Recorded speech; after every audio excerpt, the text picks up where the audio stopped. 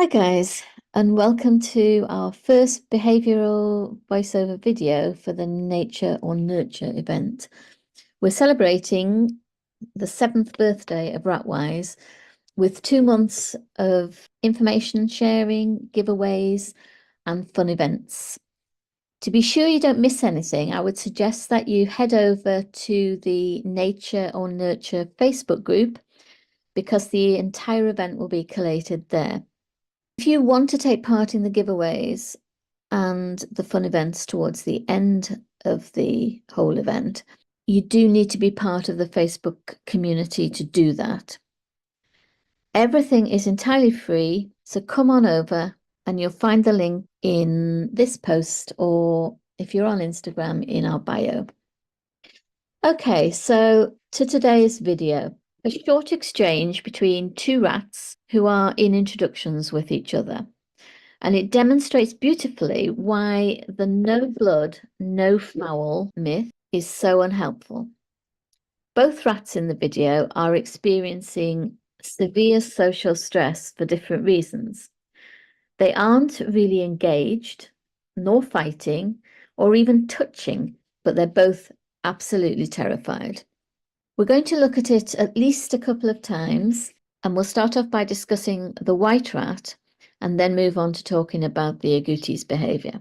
They're both adult males who have not been castrated, and the agouti rat is the rat who's resident in the home. He's one of a group of boys who generally live peacefully and happily together. And he was chosen to meet this white rat because he's normally a calm and confident and friendly individual. The white rat is the incomer. And straight away, that means that the situation is more likely to be stressful for him. He also has had several disturbance events over the months preceding this meeting. So he's been separated from all his siblings, homed alone, dumped outside, rescued, and then rehomed, all on his own. There's plenty of science now that tells us that a solitary rat lives with significantly more stress than grouped rats do. This rat's history is very likely to have led to disrupted social development. Rats are not considered to be socially mature until about 6 months old, and any negative or stressful social encounters before that can cause a degree of disruption of social development. He's had so many such events that it's likely that he has been significantly disrupted. So for the purposes of the video, I'm going to call the white rat Bill and the agouti Ben. We'll discuss Bill's behaviour first, and I just want to explain that the grey scoop that you'll see in the video is just there in the hope of preventing any injury should one of the rats attack, because the situation is quite volatile. So let's look at Bill first. So we're looking at the white Dumbo rat. And I'm just going to play a portion of the video and then we'll stop and discuss. But I just want you to look at his posture, the way that he's holding his hands, his face, where his gaze is, those sort of things.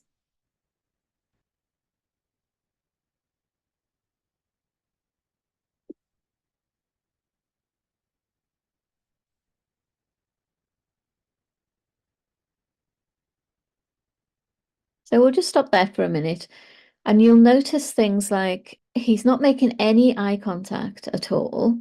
He's almost got his gaze averted upwards. His face looks very strange for a rat. That's because he's very, very tense in the muscles in his face, and that's pulling his lips into a very odd position that's not often seen in rats. You can also hear his vocalizations. That's a distress call. Any vocalization that you can hear tends to be at least a protest, but he's in extreme distress in this situation. So he's not looking to engage or attack the rat that's in the cage with him. He just wants to be somewhere else. He's in a heightened fear state. And the problem with that in a rat is that they can become defensively aggressive.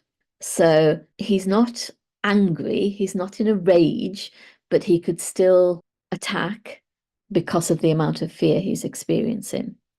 You'll also notice, because you can see into his mouth, you can see the purse and lips and his teeth being quite visible. Again, that can be misinterpreted. That's because he wants to fight, but he doesn't want to fight. That's the last thing he wants.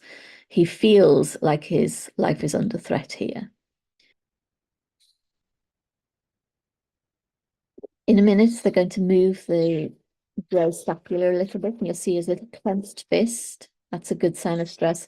And see there, he actually turns his head away from being straight on his body, away towards the human. Now, that's not because he's looking to the human, it's not because he's looking at the grey spatula.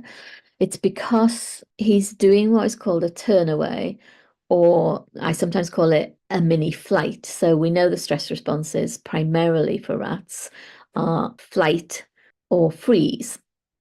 And what he's doing is a mini flight. So he's making it really obvious to the rat in the corner that he's not about to attack because he's actually retreating from the situation somewhat. All of the signals that he's giving out are distress and non-threatening.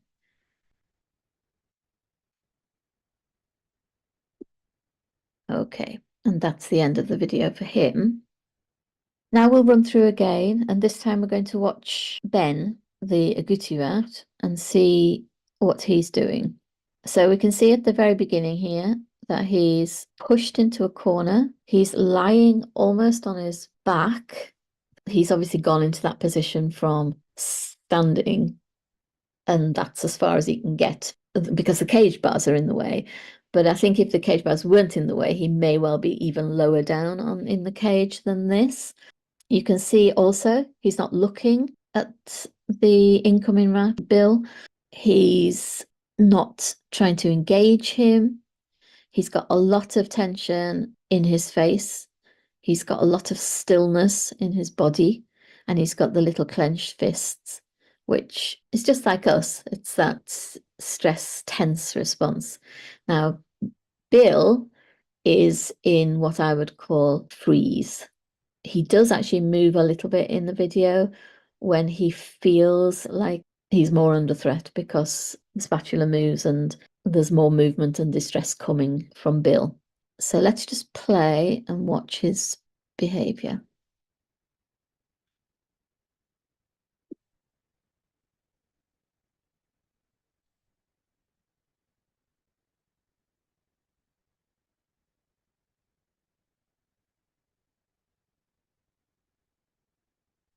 There's lots of things going on there. There's some twitching in his face, which is because he's so tense. There's a lot of nose movement. That's because he's not really looking at the rat. So he's trying to get as much information as possible while not actually using vision at all. And he hasn't really moved. This is a freeze position. It's a stress response. But we'll just play the video to the end and see if there's a change when the spatula's moved, because that's currently a barrier.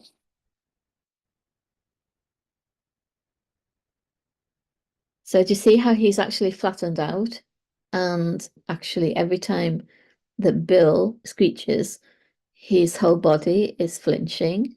I'll just go back slightly so you can see that. It was very clear.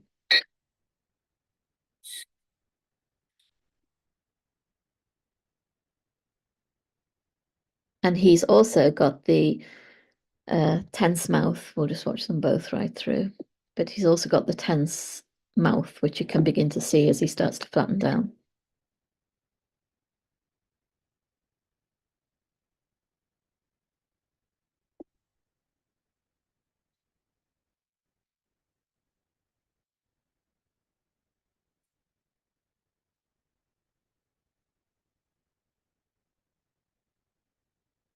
So hopefully you can see from that that you've got two terrified rats for different reasons. Bill is terrified because he has no social skills, knowledge, experience, and he doesn't know how to behave in this situation. And he is not getting any of the messaging that Ben is giving off. So Ben is actually saying, in every possible way, in a socially functioning rat, he's saying, I am not a threat. He's belly up, which is an exposed position. He's equally terrified. This is extreme social stress for both rats. And I can tell you that this introduction was stopped. And after a lot of discussion about how to move forward, Bill was actually castrated. And despite our worries that that might make him worse because of the anxiety issues, just removing testosterone allowed him to be calm enough to win these rats over, the whole group, and he's now living as part of a group. It's a good story because it says a great deal about what's wrong with blanket statements about introductions, such as no blood, no foul. There's plenty of foul going on here, but neither rat is at fault. Neither rat is doing anything other than the best they can in this situation to say, I'm terrified, let me out of here. And thankfully, they're with a person who saw that, understood it, and didn't pursue introductions any further. So stress was minimized for both of these rats, and the person got a good outcome in the end, which was actually about 5 or 6 weeks later. They were a fully formed group, having left Bill separate for a while to recover from surgery and for his hormones to drop down a bit. Okay, so thank you for watching that, and hopefully we'll see you on the Facebook group.